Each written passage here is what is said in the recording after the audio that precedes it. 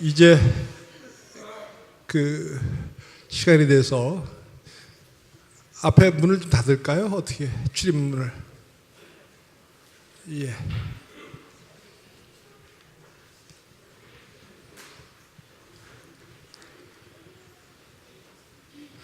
자, 오늘 김영석 명예교수님을 모시고 평신도 신앙 강좌를 시작하겠습니다.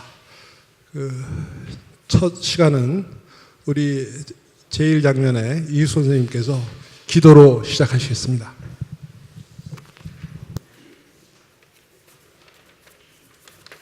함께 기도하겠습니다. 사랑과 은혜가 풍성하신 하나님, 오늘 저희들에게 성전에 나와 주의 날을 지키며 주를 찬양하고 경배케 하신 은혜를 감사드리나이다. 특별히 오늘은 예배 후에 다시금 모여 존경하는 김영석 명예교수님을 모시고 신앙 강좌를 듣게 하신 은혜를 더욱 감사드립니다. 주님, 저희는 주님을 믿는다고 하면서도 세상 유혹에 너무나도 자주 무너지곤 합니다. 주님께서는 저희에게 내 마음을 다하고 목숨을 다하고 뜻을 다하여 주 너희 하나님을 사랑하라 하셨지만 저희 마음은 종종 세상 일에 먼저 가 있었고 하나님 나라와 의가 아닌 일에 뜻을 두고 목숨을 걸어온 일이 많았음을 자복하오니 저희를 궁휼히 여기시고 용서하여 주옵소서. 사랑의 하나님, 오늘의 강좌를 통해 저희의 신앙을 되돌아보고 다시금 추스르게 하여 주옵소서. 바라옵기는 주께 거저받은 저희들의 달란트가 땅에 묻히지 않고 이웃을 향해 잘 쓰임받아 주님 배없는 그날에 착하고 충성된 종이라 칭찬받게 하옵소서. 특별히 오늘 말씀을 전하시는 김영석 교수님께 함께하사 영육을 더욱 강건하게 붙드시어 교수님이 지니신 주님의 향기를 더 많은 사람들이 나누어 본받게 하옵소서. 지금은 시작 시간이오니 마칠 때까지 성령께서 저희와 함께 하실 것을 믿으며 모든 말씀을 우리 주 예수 그리스도 이름으로 기도드렸습니다. 아멘.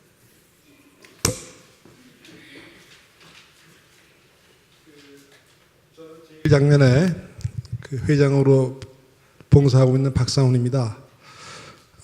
연세대학교 김영석 명예교수님을 소개하는 영광을 갖게 되어서 하나님께 찬양합니다.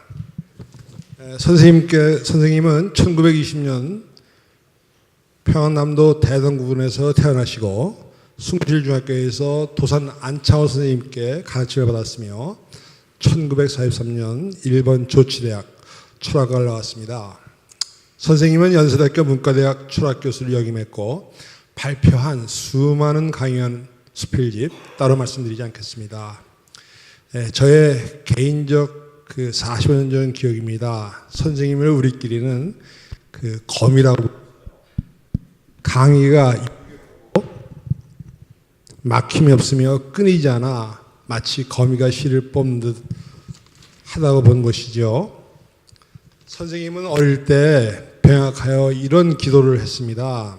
하느님, 저에게 건강을 주셔서 중학교에도 가고 오래 살게 해주신다면 제가 저를 위해서는 일하지 않고 하느님의 일을 하겠습니다.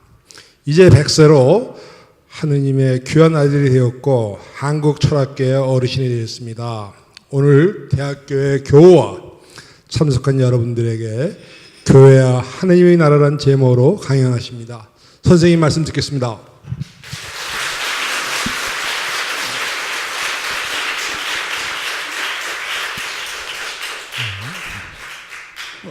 어떻게 평신도 강좌 비슷하게 되고 또 제 나이가 우리 나이는 100세가 되니까 제 얘기 좀 하는 것이 혹시 도움이 될까 모르겠습니다.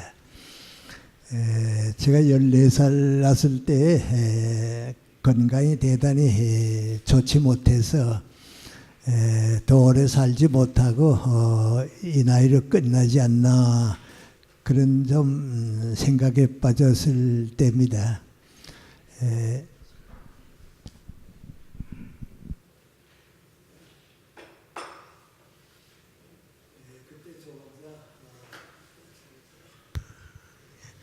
그때 저 혼자 생각에 내가 좀 더 오래 살려고 하면 부모님이나 의사들은 뭐 할 수 없다, 그리고 기도를 드려야겠다. 그래서 이제 철없는 기도를 드렸습니다. 하나님께서 나 중학교도 가게 해주시고 건강을 허락해 주시면, 건강이 허락되는 동안에는 내가 나를 위해서 일하는 것보다도 하나님의 일을 하겠습니다. 그 세상에 태어나서 처음 드린 기도입니다. 그리고 이제 기독교 학교인 숭실중학교에 갔는데 그해 1학년 크리스마스 때가 됐습니다. 그때 이제 우리 중학교가 있고 그 옆에 숭실전문학교가 있었습니다. 지금 숭실대학이 됐습니다. 크리스마스 때인데 거기서 전문학교 학생들을 위한 신앙 부흥회가 있다 하는 소식을 어떻게 전해 들었습니다. 그리고 엿새 동안 그 저녁 시간에 예배를 드리는데 그 중학생들은 잘 안 들어가는데 저는 어떻게 좀 들어가 봤습니다. 가서 설교를 들었는데 감리교를 대표하는 김창준 목사님하고 우리 연세대학교 총장을 지난 연인교 목사님이 이제 강사로 오셔서 그 두 분의 설교를 쭉 듣고 나면서 내가 이 신앙을 가진다고 하는 것, 하나님을 믿는다고 하는 것이 이런 거로구나 하는 것을 깨달았습니다. 신앙생활은 이런 것이다 하는 걸 깨닫고, 저는 중학교 다닐 때 책을 좀 많이 읽은 셈인데요. 그때 학교 공부와 더불어 이 기독교에 관한 책들을 좀 읽었습니다. 다행스럽게 이제 일본 기독교 소회에서 나오는 책들이 있어서 이제 거기서 오는 책들을 좀 쭉 읽으면서 나 나름대로 이제 신앙생활은 이런 것이다 하는 것을 이제 찾아보고 있었습니다. 근데 이제 중학교 4학년쯤 되고 보니까요, 조금 회의가 생겼습니다. 그 회의는 평양에 큰 유명한 교회가 많이 있는데 그 목사님들 설교를 가서 쭉 들어보니까요, 그 설교가 다 똑같아요. 나한테 자극을 줄 만한 건 없고요. 그래서 똑같은 설교입니다. 나 혼자 생각에 이렇게 가게 되면 10년이 지나고 20년이 지나도 우리 똑같은 그저 신앙생활로 끝나고 말지 않는가. 그래서 이제 성경을 다시 읽어봤습니다. 다시 읽어보니까 성경 말씀은 그게 아닌데 우리 교회는 한계를 스스로 만들고 그 울타리를 넘어서지 못하는 것 같다. 그런 이제 고민이 생겼습니다. 예를 들어 말하면 이제 예수님은 세상에 계실 때 단 한 번도 교회 걱정, 모범적인 교회가 되라, 훌륭한 교회가 되라 하는 말씀은 저는 없습니다. 근데 교회에 가서 설교를 들어보니까요, 교회로 시작해서 교회로 끝납니다. 그러면 뭐 옳아 보이긴 하는데 그건 아닐 것 같다. 이제 그런 생각을 했습니다. 그 다음에 이제 나이 든 다음에 한 얘기입니다만은 이제 그때 느꼈던 건데요. 나를 신앙으로 이끌어 주신 고마우신 두 목사님은 나한테 이제 좋은 신앙을 가르쳐 주셨는데, 두 목사님이 인간적으로는 그렇게 존경받지 못하는 말년을 살지 않았나 그런 생각합니다. 김창준 목사님이 이제 그 당시 감리교의 대표 목사님이셨는데요. 북한에 남아서 기독교 연맹의 책임자가 됐습니다. 그 북한에서 살아본 사람들은 목사님으로서는 그 맡을 책임은 아닙니다. 당신의 신앙을 지키기 위해서도 맡을 책임 아닌데 뭔가 그 점 걱정스럽다 그런 생각을 했습니다. 그런데 이제 뜻밖에도요. 도산 안창호 선생님은 정치한 분이고요. 민족의 정신적 지도자인데 그분이 세상 떠나기 몇 달 전에 우리 교회 와서 마지막 설교를 제가 들었는데요. 제가 좀 어렸을 때입니다. 17살 때인데 그분의 마지막 설교를 이렇게 듣고 나니까요. 그렇지 않은 저런 분이다. 저런 것이 신앙이지. 뭔가 우리가 교회에 젖어서 그래서 신앙은 교회 안에만 있는 것 같이 생각해서는 안 되겠다 말이죠. 그 민족과 국가를 위해서 모든 정성을 다 바치고 그 후에 몇 달 있다 세상 떠났었으니까요. 이젠 우리 민족과 이제 사회를 국가를 하나님 앞에 맡길 수밖에 없습니다 하는 그 기도하는 설교를 듣고서요. 그건 설교가 아니고 참 간곡한 기도였습니다. 그리고 그 다음에 이제 고당 조만식 장로님이 이제 저희 중학교 선배도 되시고요.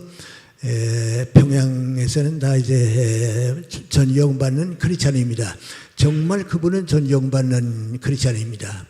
그래서 한 가지 말씀만 드리겠는데요. 김일성이 정권은 잡았지만은 북한 사람들이 김일성 얘기 따르는 사람은 정신적으로는 없었습니다. 그런데 고당 조만식 선생이 뭐라고 얘기했다 하는 걸 간접적으로 들어서도 그건 따랐습니다. 그러니까 이제 김일성이 조만식을 제거했으면 좋겠는데 많이 제거했는데 국민들이 무서우니까 제거는 못하고요. 평양 도심지에 고려 호텔이라고 있습니다. 거기다 이제 연금을 시켜놓고 밖에 나오지도 못하게 하고요. 면회도 일체 사절하고요. 못하게 하고 그러니까 이제 연금시켜 놓은 겁니다. 사모님만 이제 한 달에 한 2번씩 1시간씩 면회가 허락됐는데 그 사모님이 이제 서울에 오셨을 때 이제 나보고 하시는 얘기입니다. 한 번 면회를 갔더니 선생께서 여다음 면회가 마지막 면회가 될 테니까 여러 가지 각오하고 마지막 면회로 오라고. 왜 그러시는가 하고서 왜 그렇게 말씀하십니까? 그랬더니 세상이 자꾸 변하는데 언제나 이런 세월이 연장되는 게 아니라고 각오해야겠다고 말이죠. 그 마지막 면회를 정말 무거운 발걸음으로 갔습니다. 갔더니 그날 아주 근엄하게 별로 말씀도 안 하시고 나는 여기서 끝나겠지만은 아들들을 자유가 없는 이 땅에 둘 수가 없으니까 빨리 늦기 전에 애들 데리고 38선을 넘어가라고. 가더라도 될 수 있는 대로 다른 사람에게 피해를 주지 말고 고생 좀 많이 해달라고 말이죠. 남은 고생을 맡아달라고. 그리고 이걸 가져가라고 그러면서 서랍에서 큰 흰 봉투들을 꺼내줬습니다. 뭡니까? 그랬더니 가져가 보면 안다고 말이죠. 그거 하나만 받아가지고 이제 마지막 작별 인사를 드리고 집에 와서 봉투를 보니까요. 당신의 머리카락을 깎아서 넣은 겁니다. 그건 뭐 다른 뜻은 아닙니다. 난 여기서 끝나겠지만은 이 다음에 내가 죽었다고 하는 소식이 전해지면 장례식을 치러야 할 건데 빈관으로 나갈 수가 없지 않냐고 그러니까 이 머리카락으로 장례를 지나라고 그렇게 받아가지고 오셨습니다. 그런데 그 고당 선생은 이제 뵙고 그러면요 뭐라고 제가 표현은 잘 못하겠습니다만은 그렇지 않은 저런 분이다 말이죠. 뭐 신학을 공부했다, 뭐 무슨 장로가 됐다, 목사가 됐다 그건 아니고 저런 분은 정말 크리스찬이다 그렇게 느꼈습니다.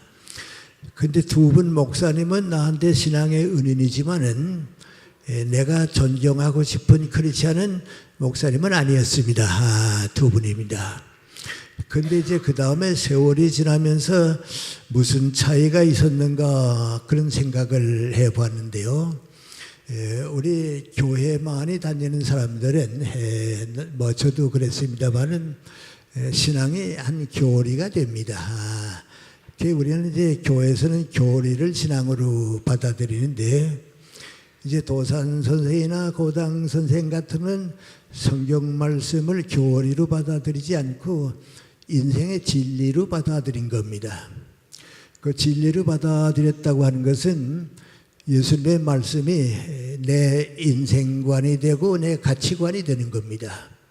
그러면 더 좋은 인생관과 더 나쁜 가치관을 찾지 못하는 한 그 말씀 속에 머물게 되어 있습니다.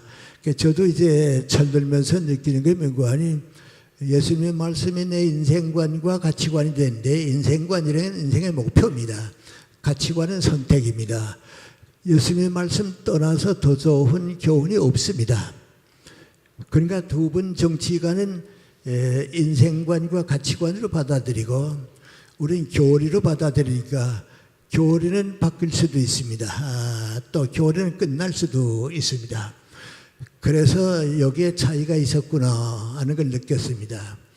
그 다음에 이제 두 번째 느낀 건 민구하니 목사님들은 모든 그 인간 생활의 위치가 교회 안입니다. 그러니까 솔직히 말하면 그릇이 작습니다. 교회가 하니까 그릇이 작은데 이 두 분은 내가 보기에는 그릇이 민족과 국가입니다. 그러니까 민족과 국가라고 하는 큰 그릇을 가지고 받아들인 말씀하고 교회라고 하는 말씀으로 받아들인 것하고의 차이입니다. 그래서 우리가 신앙을 가진다 하는 것은 내가 얼마나 큰 인격과 높이를 가지고 사느냐 하는 것과 결국은 연결되는 것 같습니다. 큰 문제를 가진 사람은 예수님의 말씀이 내 큰 문제를 해결해 주는데 작은 문제를 가지고 사는 사람은 그것밖에 없습니다. 소유만 가지고 사는 사람은 기복신앙밖에는 없습니다. 그래서 쉽게 말씀드리면 이제 우리가 삼각형을 하나 그려보는데요. 요새 인문학이라고 하는 얘기를 많이 여러분 듣습니다. 이 논리학을 제일 처음 우리에게 가르쳐 준 사람은 아리스토텔레스입니다. 그 사람 논리에 나오는 얘기가 있는데요. 이 삼각형을 하나 그리고 보면요. 사람은 모든 사물을 보고 같이 판단을 할 때에 세 정점을 가집니다. 세 가지를 함께 생각하는데요. 이쪽에는 명관이 나 개인입니다. 그 다음에 이쪽에는 이제 부분, 특수체입니다. 그리고 높은 것은 전체입니다. 무엇을 보든지 어떤 사물을 보든지 나와 이 특수체와 전체를 함께 봐야 올바로 보는 겁니다. 저는 이제 연세대학교에서 한 평생을 살았는데요. 나와 연세대학교와 우리 한국 사회 이걸 함께 봐야 합니다. 그런데 중요한 건 민구하니 나는 연세대학교를 통해서 한국에 얼마나 도움을 주느냐, 한국 교육에 얼마나 도움을 주느냐, 그것이 내려와 가지고 내가 되는 겁니다. 그런데 교회도 마찬가지입니다. 나는 우리 교회를 통해서 하나님 나라를 민족과 더불어 건설해야 합니다. 그 민족 국가가 축복을 받게 될 때 비로소 나한테 축복이 오는 겁니다. 근데 우리 교회 생활을 나도 쭉 해보면요. 나는 교회 가서 복 받고 교회는 축복해 주니까 나한테 이것만 자꾸 살았습니다. 그러니까 더 소중한 하나님의 나라를 우리가 생각을 못했습니다. 그래서 예수님 말씀을 가만 보면 교회에 대한 말씀은 어쩌면 한마디도 안 하셨을까 그런 얘기하는데요. 그 대신 예수님의 말씀인 거 아니 하나님의 나라입니다. 우리는 다 교회라고만 이제 믿고 사는데 그 하나님의 나라입니다. 근데 우리는 그만 교회에서 목사님들도 그걸 깨닫지 못하니까요. 나와 교회와 나 이 단위를 사니까요. 하나님의 나라는 누가 책임을 집니까? 그래서 이제 우리가 산다고 하는 신앙생활을 한다고 하는 것은 예수님께서 온 인류를 사랑하셨는데 우리가 받아들이지 못하니까 말이죠. 이 더 높은 책임을 감당하지 못하는구나 말이죠. 그 교회와 하나님 나라 가운데 이게 목적은 가지고 우리가 잊어버리고 살았습니다. 근데 저도 이제 그렇게 쭉 살다가 조금씩 이제 깨닫게 됐습니다. 일본에 가서 이제 4, 5년 동안 대학 생활을 했는데 뭐 좋은 일이 그렇습니다만은 동경에는 이제 한인 교회가 있습니다. 있어도 저는 한인 교회는 한 번밖에는 가보질 않았습니다. 일본 교회를 쭉 이제 여러 교회를 다니게 됐는데요. 그렇게 된 원인은 중학생 때 일본 기독교 소에서는 책들을 많이 읽었기 때문에 대단히 미안하지만은 우리 한인 교회에 가는 수준은 서울이나 평양이나 마찬가지일 것 같고요. 일본 교회는 왜 다른 점이 있으니까 그걸 좀 배우고 싶기도 하고 일본 교회를 쭉 다녀봤는데요. 근데 일본 사람들하고 이제 조금가 다른 점이 있습니다.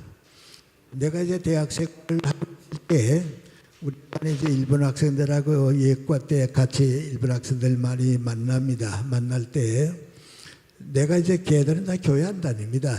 대부분이 교회 안 다닙니다. 그런데 내가 다니는 학교가 좀 이제 천주교 학교이기 때문에 성당에 다니는 데는 간혹 있습니다. 그러나 이제 교회 다니는 데는 별로 없는데 내가 물어봤습니다.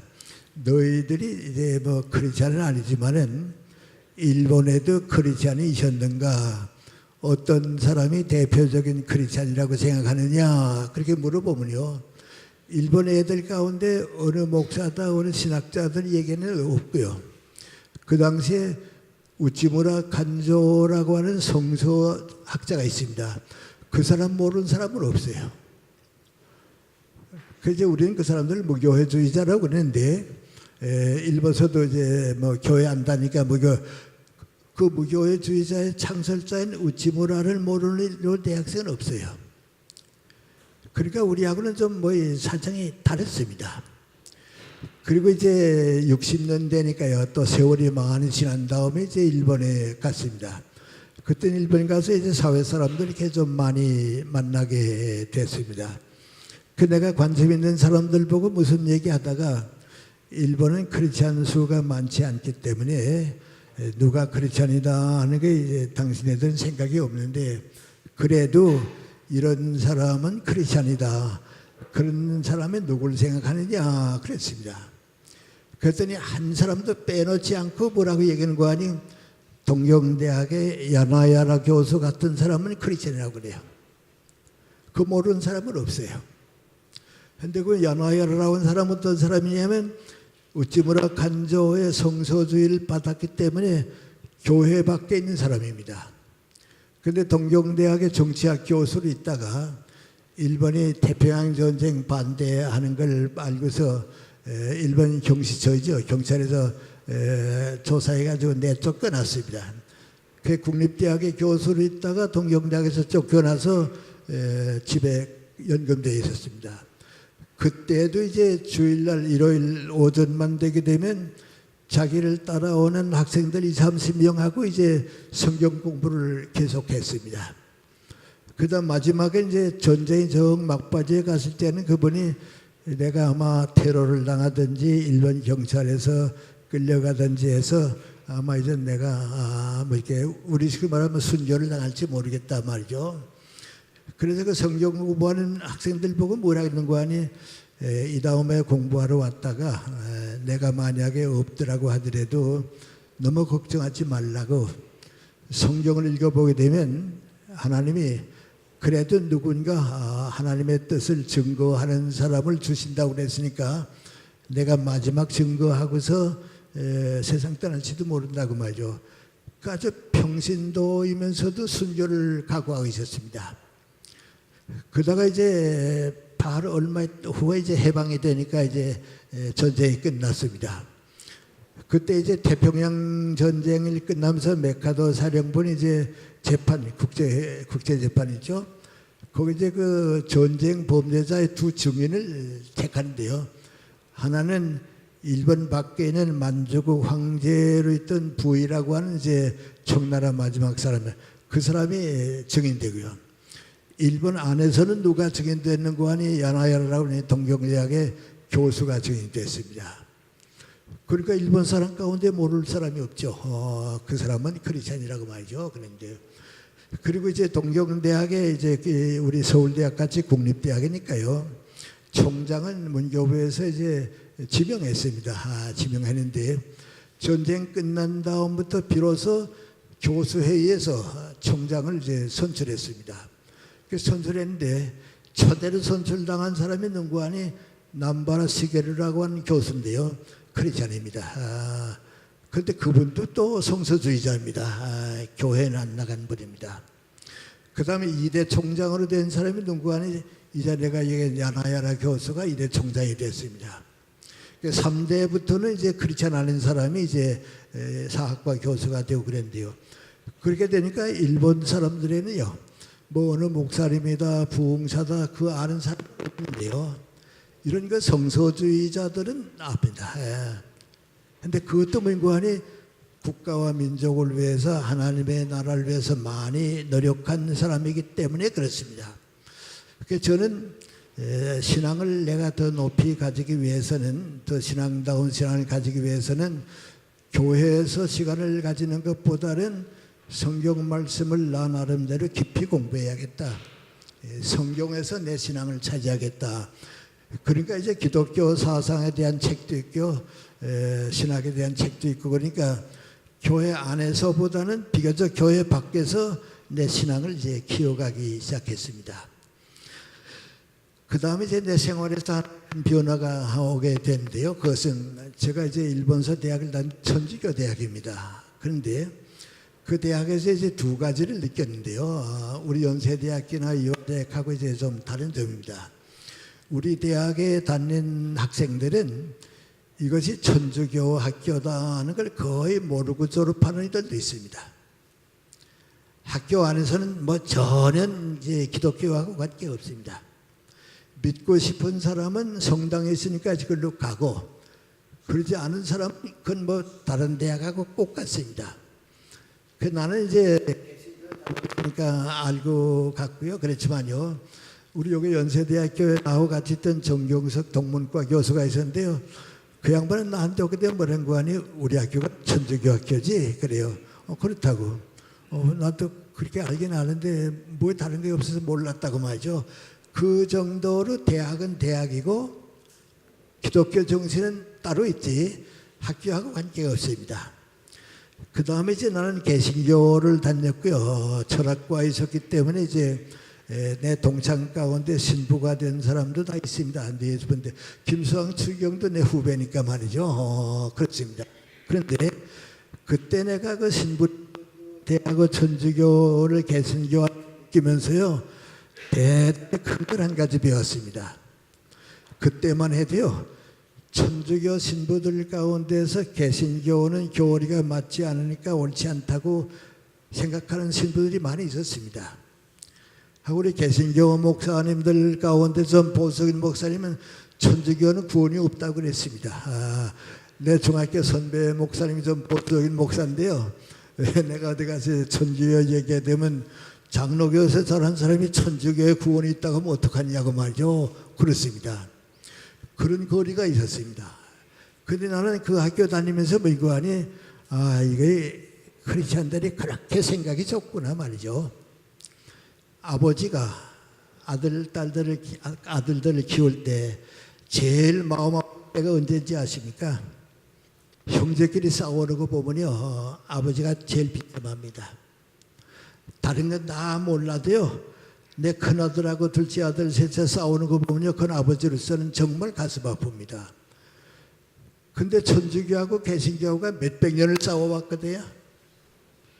그거 잘못이라고 천주교도 없고 개신교도 없고.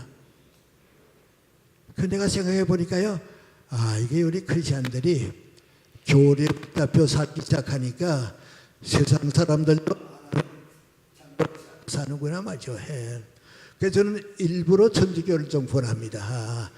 요새 자주 이제 성당에 강의부터 갑니다. 그 신부님들 내 책을 읽는 사람들이 많이 있으니까요. 김 교수님 좀 모셔다가 우리 교원들한테 좀 이렇게 뭐 듣자. 나도 기독교 얘기를 가서 합니다. 그런데 그걸 우리가 몇백 년 동안 벽을 쌓고 살았다 하는 것은 그 조금도 자랑거리가 잘 되지 못합니다. 그때 저는 그 벽을 헐었습니다. 이것은 기독교라고 하는 큰 나무의 두 줄기입니다. 그걸 가지고서 너는 옳고 나는 옳다는 건 교리입니다. 그런데 우리 개신교는 또 어떻습니까? 교리에 문제를 자꾸 만드는 때는 이제 그랬습니다. 제가 연세대학교에 오고서 한 2, 3년 됐을 때입니다. 그러니까 정말 옛날입니다. 그때 우리 연세대학교도 그랬습니다. 감리교의 감독 지나셨죠? 장석영 목사님이 오셔서 우리 학생들한테 채플 시간에 얘기하면서요. 인간은 자유라고 예수님도 가롯 유다를 어떻게 하지 못했다고 말이죠. 인간의 자유는 그만큼 절대적이다. 그런 설교하셨습니다. 그 다음에 얼마 있다가 우리 동시교회 김세진 목사님이 또 장로교 목사님이 오셨습니다. 오시더니 뭐라고 설교하는 거 아니? 모든 것은 하나님의 예정이라고. 하나님의 예정을 떠나서는 이루어지는 게 없다고 말이죠. 그런 거 듣는 학생들은 어떻게 판단합니까? 자유 같기도 하고 예정 같기도 하고요. 그렇습니다. 그러니까 이제 생각이 있는 학생들이나 또 혹은 후배 젊은 교수님들도 나한테 와서 선생님 어느 편이십니까? 그렇습니다. 그 나는 신앙을 가지고 지금까지 살아왔지만은 그 문제 가지고 한 번도 고민해 본 길이 없다고 말이죠. 내가 믿는 건 은총의 선택이야. 그 은총 선택을 가지고서 믿고 나면 더 좋은 자유가 생기기 때문에 자유고, 믿고 나게 되면 하나님의 섭리를 믿기 때문에 예정을 믿는 건데, 그건 하나인데 그걸 왜 쪼개가지고 싸우냐고 말이죠.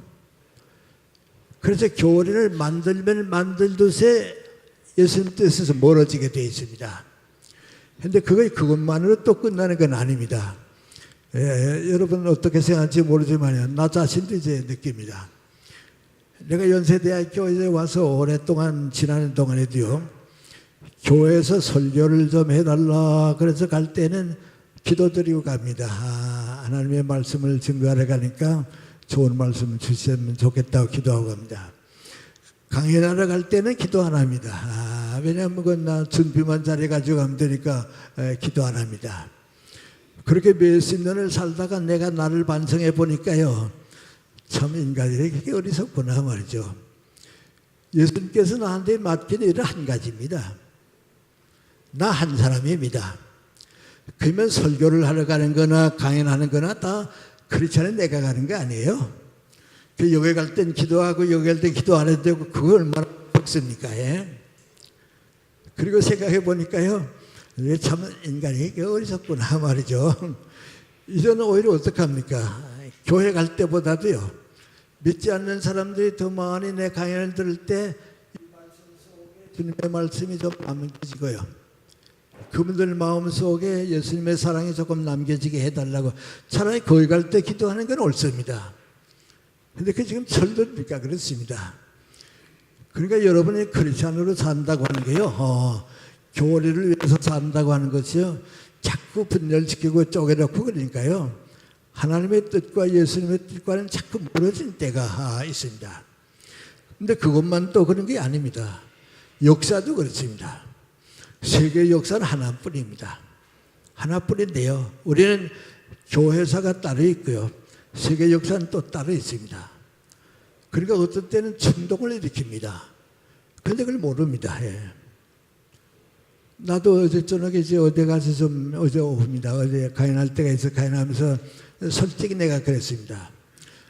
우리 공산주의가 생기는 국가는요, 제일 먼저 하는 게 뭔가 종교를 허락지 않습니다.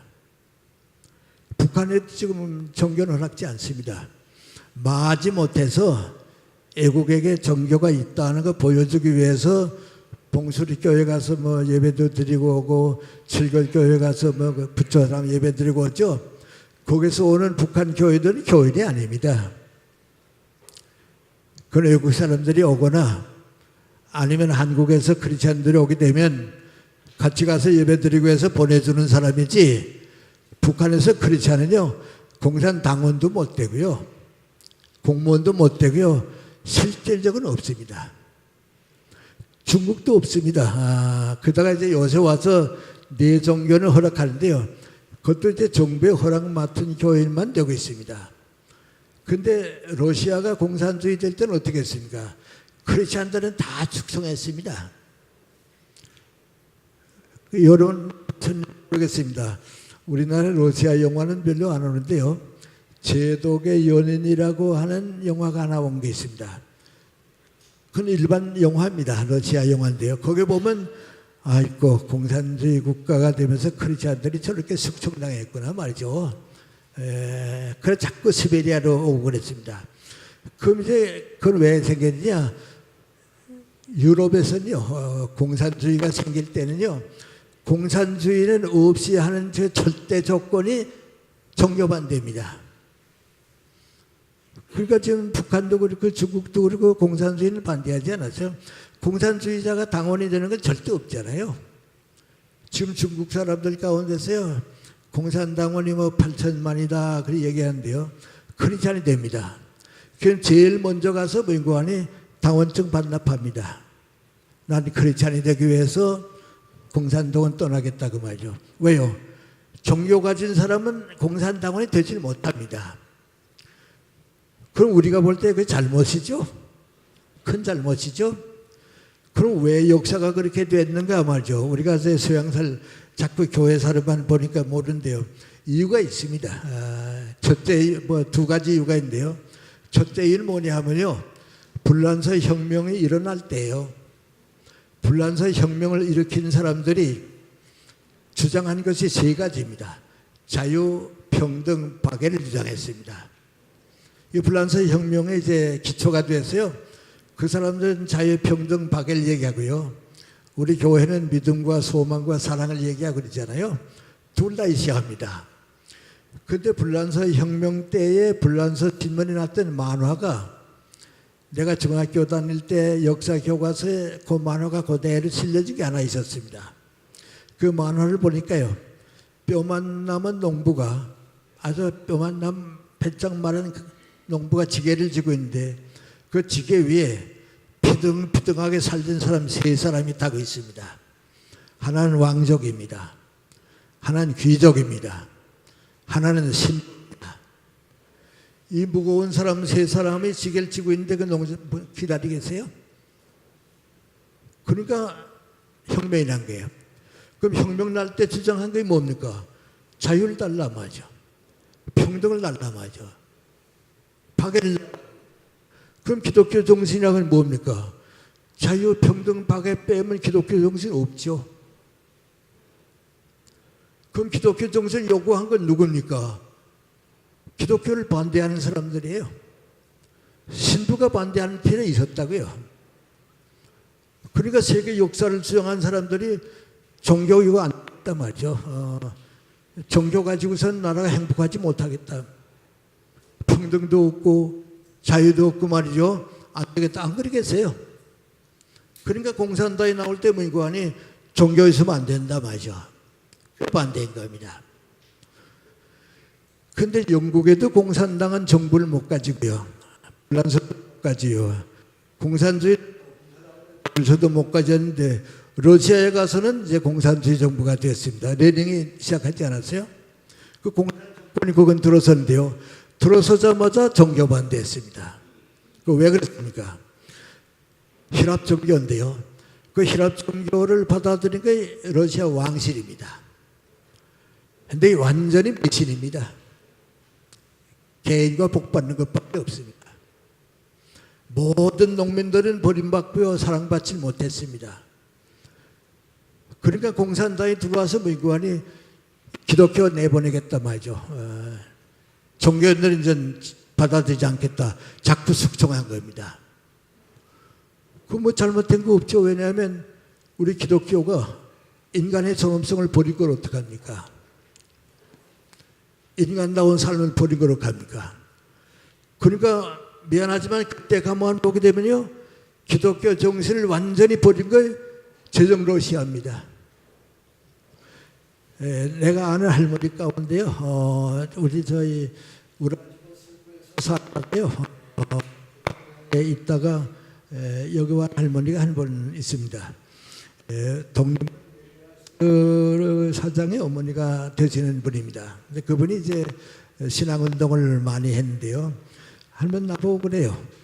당신이 옛날 우라지보스톡에서 이제 살았는데 거기서 결혼을 했습니다. 신혼여행을 가는데 이제 시베리아를 걸어서 모스크바에 갔습니다. 모스크바에 가서 그 한 달 동안 신혼여행을 갔다 왔는데 그때 자기가 제일 인상에 남는 게 두 가지가 있었는데요. 러시아 귀족들과 왕족들이 교회 나가는데요. 그건 뭐 예수님의 말씀도 아무것도 아니고요. 그 귀족들이 모이는 그 즐거움을 신앙에서 찾고 있다고 말이에요. 그렇게 화려하게 지나고 있다고 말이에요. 근데 가난한 사람들 가는 교회는 어떤 교회인가? 다 버림받고 신분, 그제 힐합천교회 이제 신부님들이 계시죠, 목사님들이 계신데 다 버림받고 있다고 말이죠. 그런데 그 할머니 말씀 재밌는 건요, 러시아의 그 귀족 여자들이 무슨 재미에 그렇게 했는지 모르겠는데요, 우리 손목시계 있잖아요, 그 시계를 그도 콧등에다가 놓고 다니다가는요, 귀족 아닌 사람들이 평민에 오게 되면 발석 내밀면서 몇 시 됐나 좀 봐줘, 그러더래요. 그럼 그제 무슨 이제 종들이 쓱 보고서 민구안이 2시냐 넘은데요, 그럼 벌써 시간이 그랬대요. 그러니까 할머니 말씀이 김도경 할머니인데요. 그 할머니 말씀 민구안이 자기는 모스크바에 가서 기독교가 이만큼 잘못됐다는 거 봤다고 말이죠. 그리고 우라지보스토크로 돌아오니까 말이죠, 허무주의자들이 나와서 백화점 불질러 놓고요, 관공서 불질러 놓고요, 이전 큰일 났구나 말이죠. 그런데 레닌이 나타나더니 말이죠, 다시 건설한다고 말이죠. 다시 건설을. 그래 지지하고 봤더니 공산주의가 되더라고 말이죠. 그 탈배해 왔다고 그래요. 그러면 공산주의자들이 왜 하필 기독교를 반대했는가? 예수님의 정신을 떠났습니다. 제가 이제 이런 생활을 지금까지 쭉 해오는 동안에 느낀 게 한 가지인데 뭐인가니, 우리 교회하고 기독교 정신하고는 같이 보면 안 되겠어요. 교회 밖에도 기독교 정신이 있어야지, 교회 안에도 기독교 정신이 떠나게 되면 옳지 않습니다. 그래서 지금 우리 교단이 움직이는 거라든지 신학대학들이 일반 대학도 안 하는 싸움하는 것 같은 거 보게 되면요, 그게 기독교 정신이 아닙니다. 내가 좀 관여하고 있는 기독교 중고등학교가 있는데요, 다들 이제 이쪽하고 나눠가지고서는요, 서로 모여서 학교에서 기도하고서는 싸웁니다. 그 마지막에 할 수 없으니까요, 제일 그 사람들이 나한테 와서 걱정하는 게 민구안이 하나가 돼야겠는데 하나가 못 되게 되면 마지막에 이제 관선이사가 올 것 같다고 말이죠. 관선이사가 올 것 같다고 말이죠. 자꾸 걱정합니다. 기독교 학교에 관선이사가 오게 되면 어떻게 됩니까? 그건 안 되죠. 그런데 그냥 싸웁니다. 나한테 와서 이제 어떻게 하면 좋겠냐고 말이죠. 그래서 미안합니다. 그래서 나는 그 교회 좀 간접적으로 관여하니까 민구안이 솔로몬한테서 배우라고 말이죠. 솔로몬에게 이제 두 여인이 와서 한 애는 죽고 한 애만 살았으니까 내 아들이다 그러잖아요. 그러니까 솔로몬이 보고서 민구안이 그 누가 진짜 어머니냐 그랬더니 서로 어머니라고 그럽니다. 그러니까 다 말이죠. 그럼 내가 이 애를 짝에서 나눠줄 테니까 반쪽씩까지 하라 말이죠. 그럼 되지 않냐고 말이죠. 그러니까 진짜 어머니가 뭐라 그러니까 그럼 내가 양보하겠습니다. 나는 내 아들을 죽일 수가 없으니까요, 저쪽으로 주세요 그랬습니다. 그 내가 그랬습니다. 싸우지 말고 학교를 사랑하면 양보하라고 말이죠. 암만 관리사가 나쁘다고 그래도 당신 애들보다는 낫다고 말이죠. 관선이사도 교육하는 사람이기 때문에 교육은 한다고 말이죠. 우리 학교 안에서 믿는 사람들께 백경이 났다고 그랬습니다. 결국은 관선이사 왔습니다. 그러면 백경이 세상의 지혜만도 못하지 않아요. 그래서 요새 제가 좀 하는 거 아니 이제는 교리가 아니고 진리다 말이죠. 진리를 체험하는 사람은 복음이 됩니다. 그래서 우리가 이제 예수님의 말씀이 복음이 된다 하는 것은요, 교리가 아니고 진리가 되고 그 진리를 체험해서 새로 태어나는 사람에게는 복음이 되는 겁니다.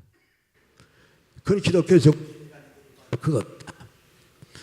그래서 저는 요새 우리 교회 선교사들 외국에 많이 보냈잖아요. 그런데 이거 그저 제 생각인지도 모르겠습니다만은 그래도 선교사들이 우리나라에 와서 연세대학교 하나씩 미안합니다. 교회 10개 세운 것보다 낫죠?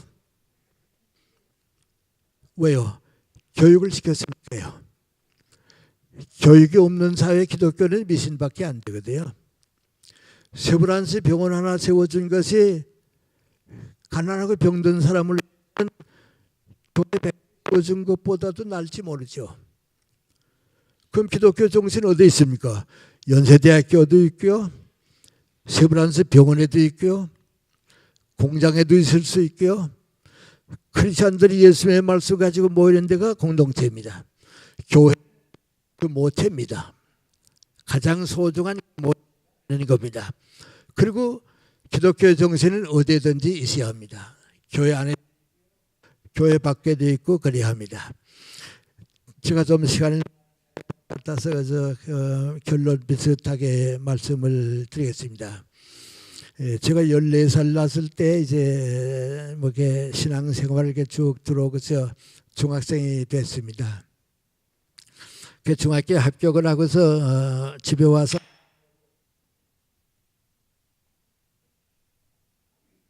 합격이 됐더라고. 그랬더니 우리 아버지가 뭐 했다 그러시더니 그 다음 날쯤 저녁에 날 찾으세요. 찾았더니 내가 너 중학생이 됐다고 하니까 한 가지 좀 얘기할 거 있다 그러세요. 무슨 말씀인가 했다. 내가 이제부터 긴 인생을 시작해 가게 되겠는데 항상 나와 내 가정 걱정만 하면서 살게 되면 내가 가정만큼밖에 크질 못한다. 친구들과 더불어 한 직장 생활을 하고 그 공동체를 위해서 노력하게 되면 내가 그 공동체만큼 큰다.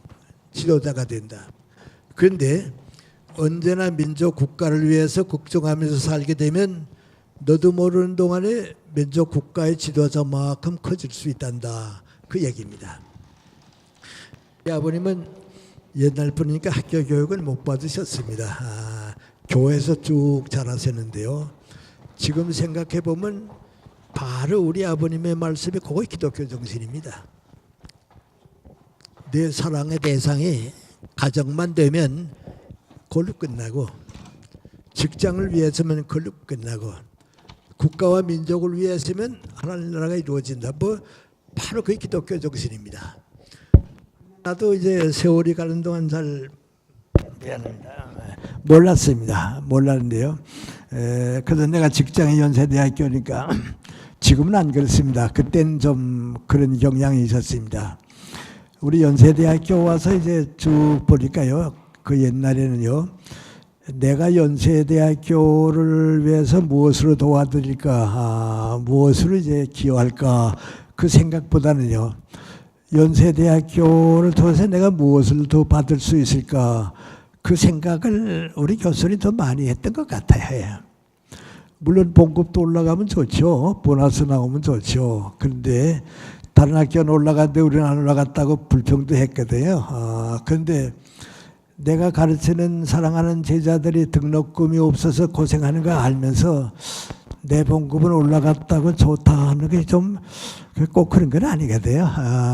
우리 학생들이 더 잘 살아야지 내가 더 잘 사는 건 아니거든요. 하여튼 그런 생각을 가지고서 학교를 쭉 정년퇴직한 사람들은요. 정년이 되고 나면요. 대학이 잊어버려요. 또 그걸로 끝나요. 근데 이제 같은 직장, 뭐 우리 공무원들도 그렇죠. 학교를 위해서 많이 노력하고 수고한 사람은 학교의 주인이 돼요. 총장도 되고 학장도 되고 어느 학과의 어느 교수님으로 이름도 남게 되고요. 대학과 더불어 남아요. 그런데 쭉 이렇게 살아보면요. 뭐 특별한 직책을 가지지도 않았는데요. 친구들 가운데 항상 민족과 국가를 걱정하는 교수들이 있어요. 이분들은 대학에 있을 때는 잘 몰랐는데요. 정년퇴직하고 난 다음에도요. 노는 사람이 없어요. 세상 떠날 때까지 전부 세상 떠날 때까지 일해요. 근데 난 이제 그런 친구들 몇 분 잘 알고 있는데요. 그 가운데 이제 내 가까운 친구인 안병욱 선생이나 김태길 선생이 그런 분들이에요. 근데 이분들은 60쯤 될 때까지는 항상 학문 걱정하다가는요. 나이가 더 들게 되니까 그저 민족 국가 걱정을 그렇게 많이 해요. 또 그런 분들 이제 있어요. 근데 이분들은요. 세상 떠날 때까지 일해요. 김태일 선생님이 89세에 돌아가셨는데요. 마지막에 자기 사유재산까지 다 이제 사회에 내놔서 문화사업에 바치고요. 안병욱 선생님 마지막 텔레비전에 나온 거 병중에 있을 때 92세인데요. 그때도 처음부터 마지막까지 나라 걱정이에요. 좀 더 정직했으면 좋겠다고 말이죠. 걱정이에요. 그런데 그런 분들은요. 언제나 살아있는 동안은 민족 국가 걱정이에요. 그 버림받지 않아요. 난 그 두 분하고 나이도 같고요. 같은 분야에서 일하고요. 50년 동안 친구를 같이 쭉 보냈는데요. 나는 하나님께 감사하는 게 민관이 두 분 친구를 보내주셔서 그분들과 같이 한평생을 일하게 해주신 것을 정말 감사히 생각해요.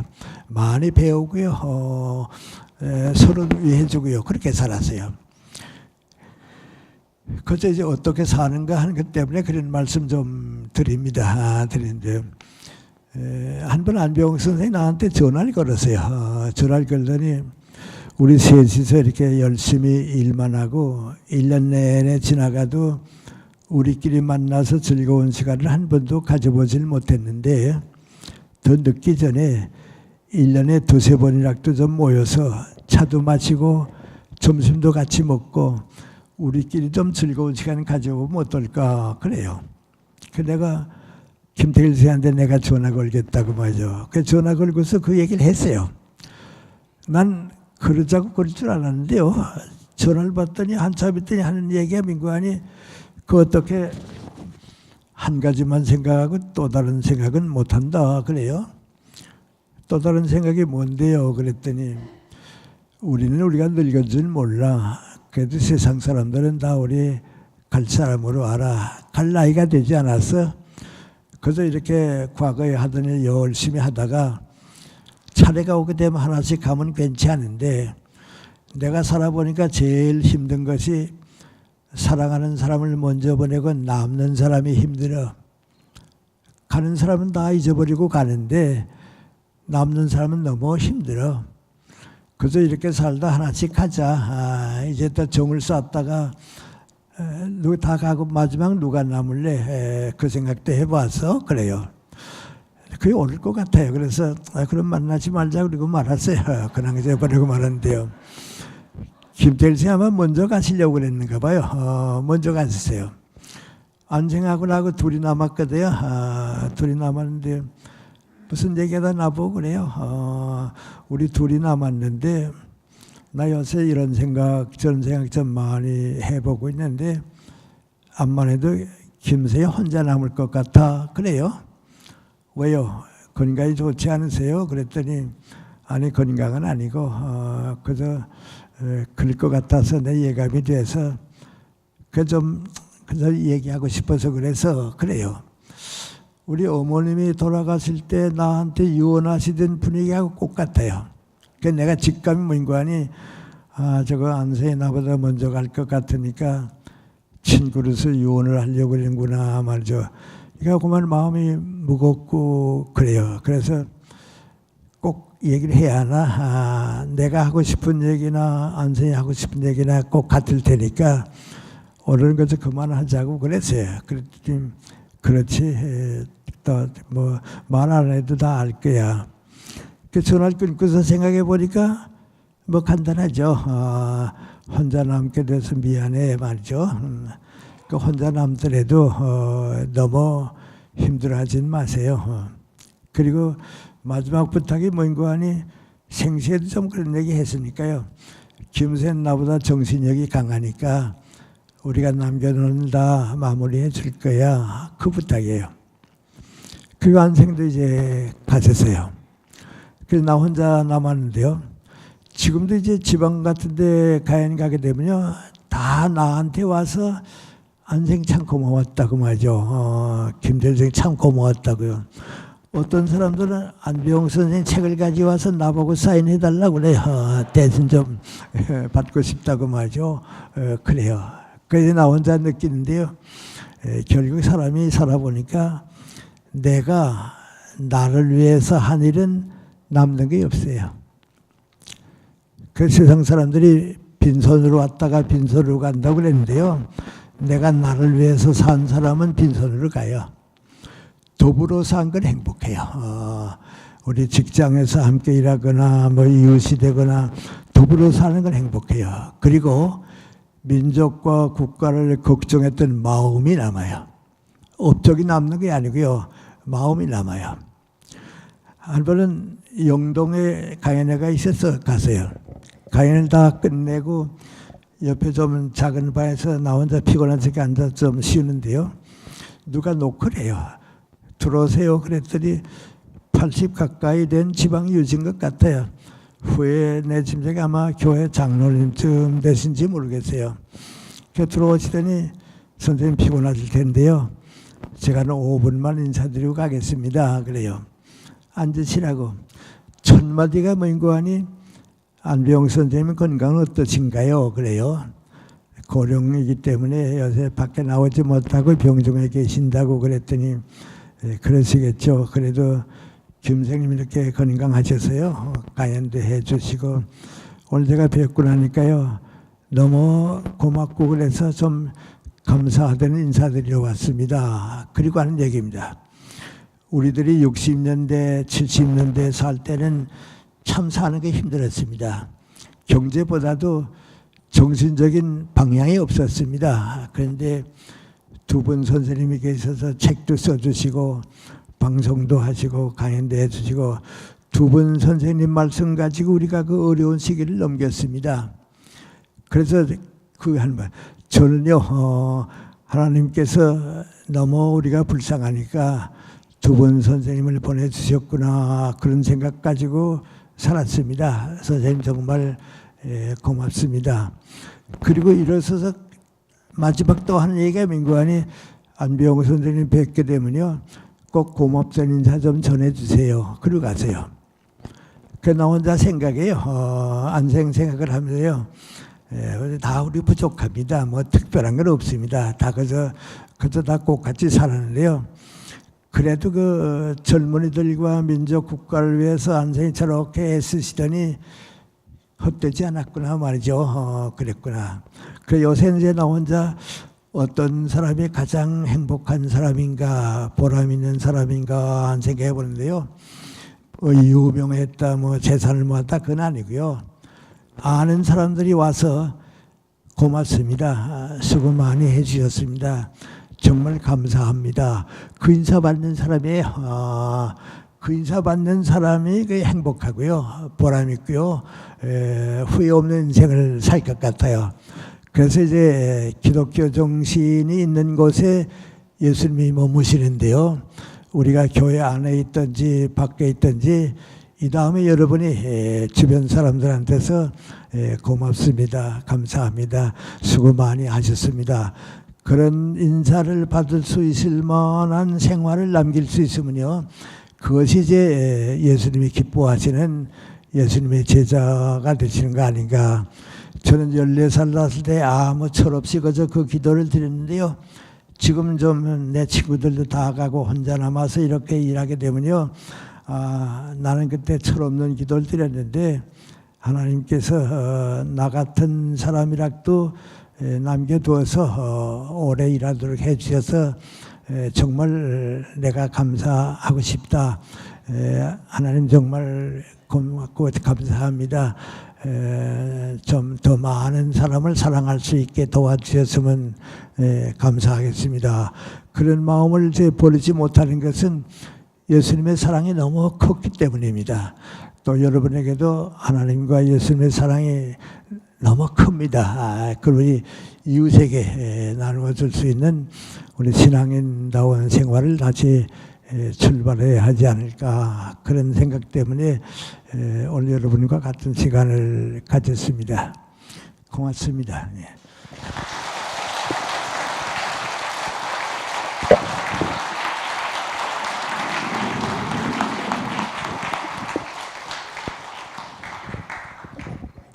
선생님 감사합니다.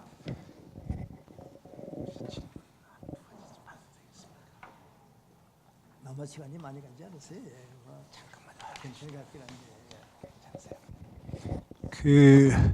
오늘 선생님하고 청중분들한테 저희 마이크로폰 시스템이 좀 말썽을 부려서 죄송합니다. 근데 혹시라도 오해하실까봐 이 말씀을 드리는데요. 이게 연세대학교나 연세대학교의 수준은 아닙니다, 절대. 그러시고요.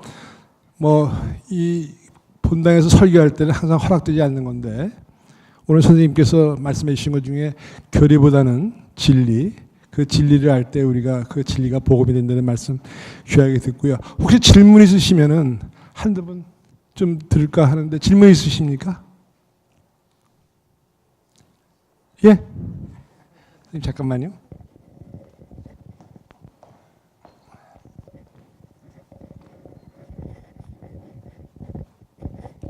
안녕하세요, 선생님.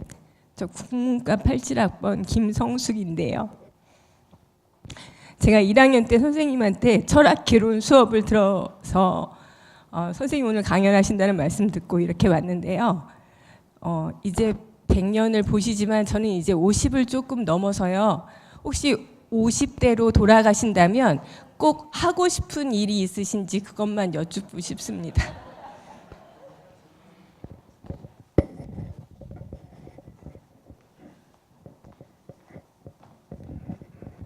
네, 무슨 질문이었는가요? 예.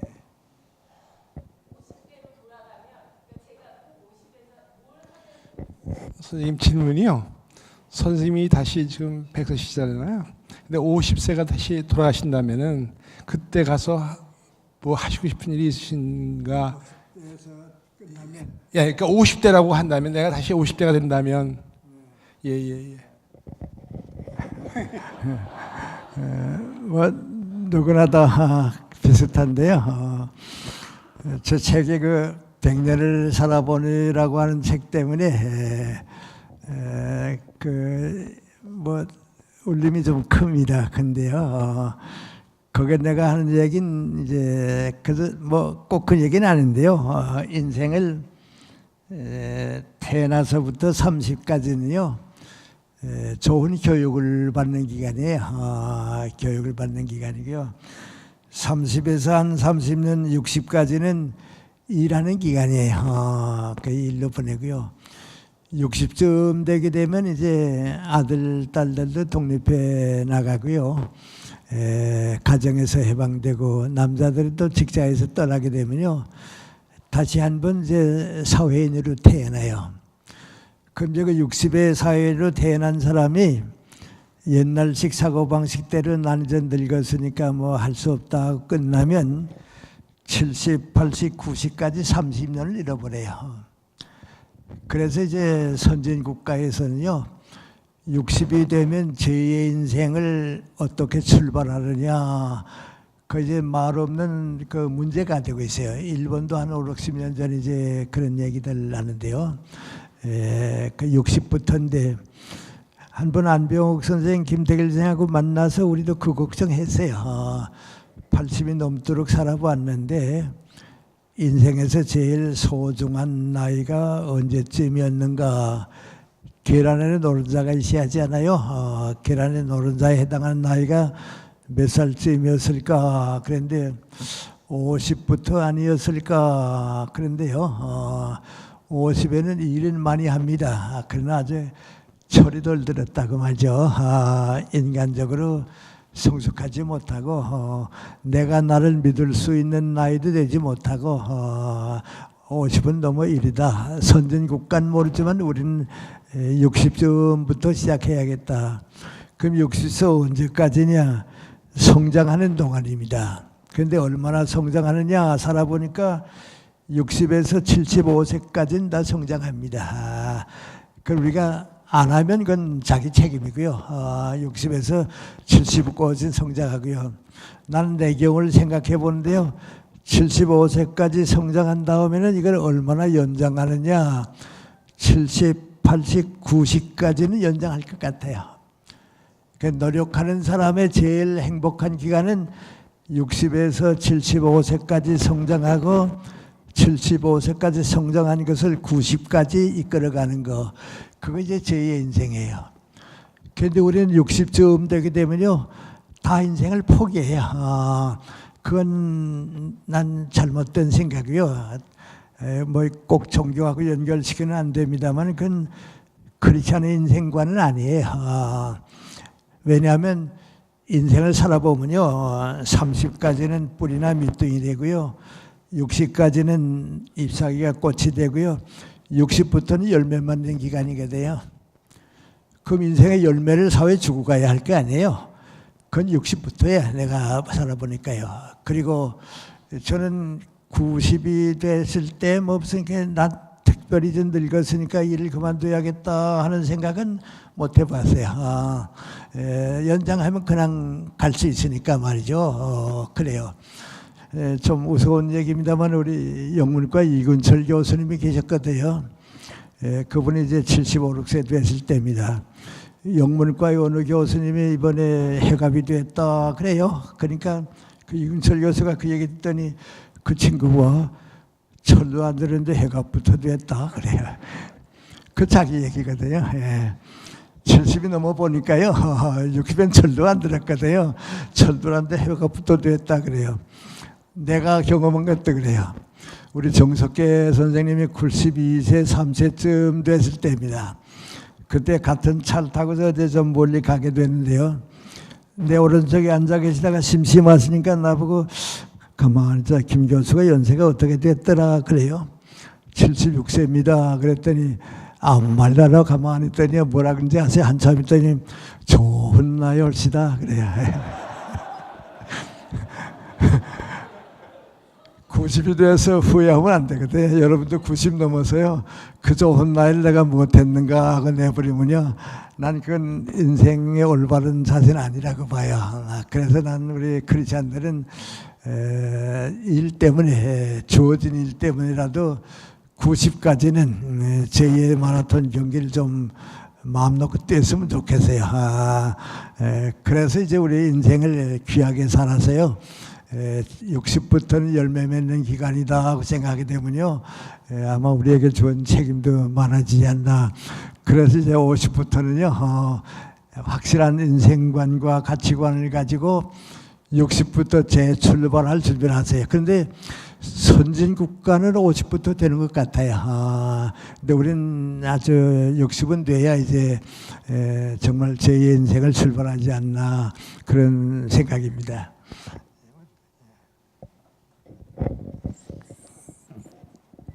뭐 질문하실 분들도 계실지 모르겠습니다만은 이걸로 오늘 우리 김영석 명예교수님 강연을 마치도록 하겠습니다. 선생님께 다시 한번 뜨거운 박수 부탁드리겠습니다. 선생님 감사합니다.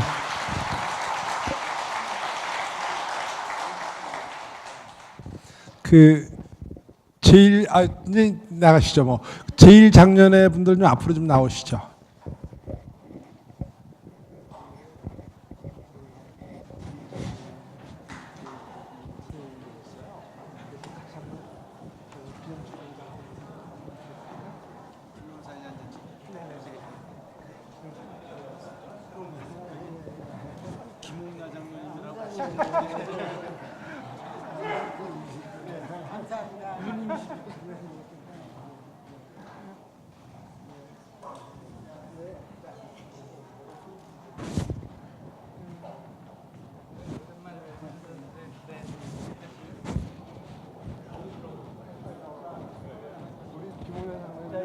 일장전에만 빨리 나오셔서 기념사진 한장 찍으세요. 교수님이랑. 늘 강연해 주셨습니다.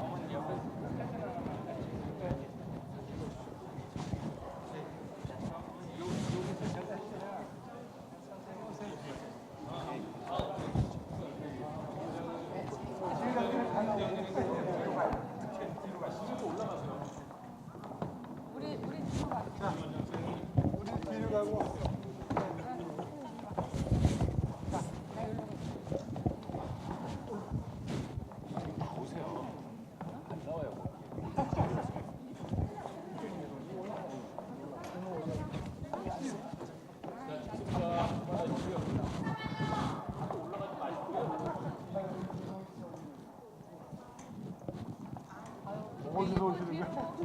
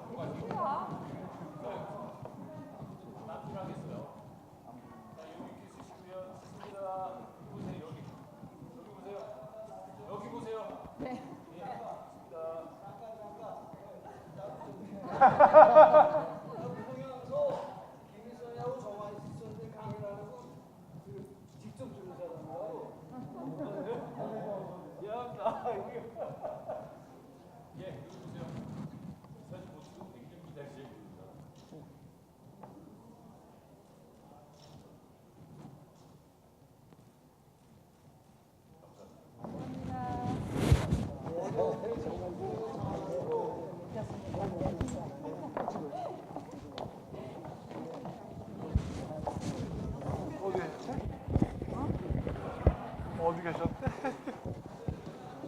수고 많이 했습니다. 수고 많이 했습니다. 아, 이건 마이크가 왜 이렇게 근데 이런 마이크가 문제가 아니고 음향이 안 좋아.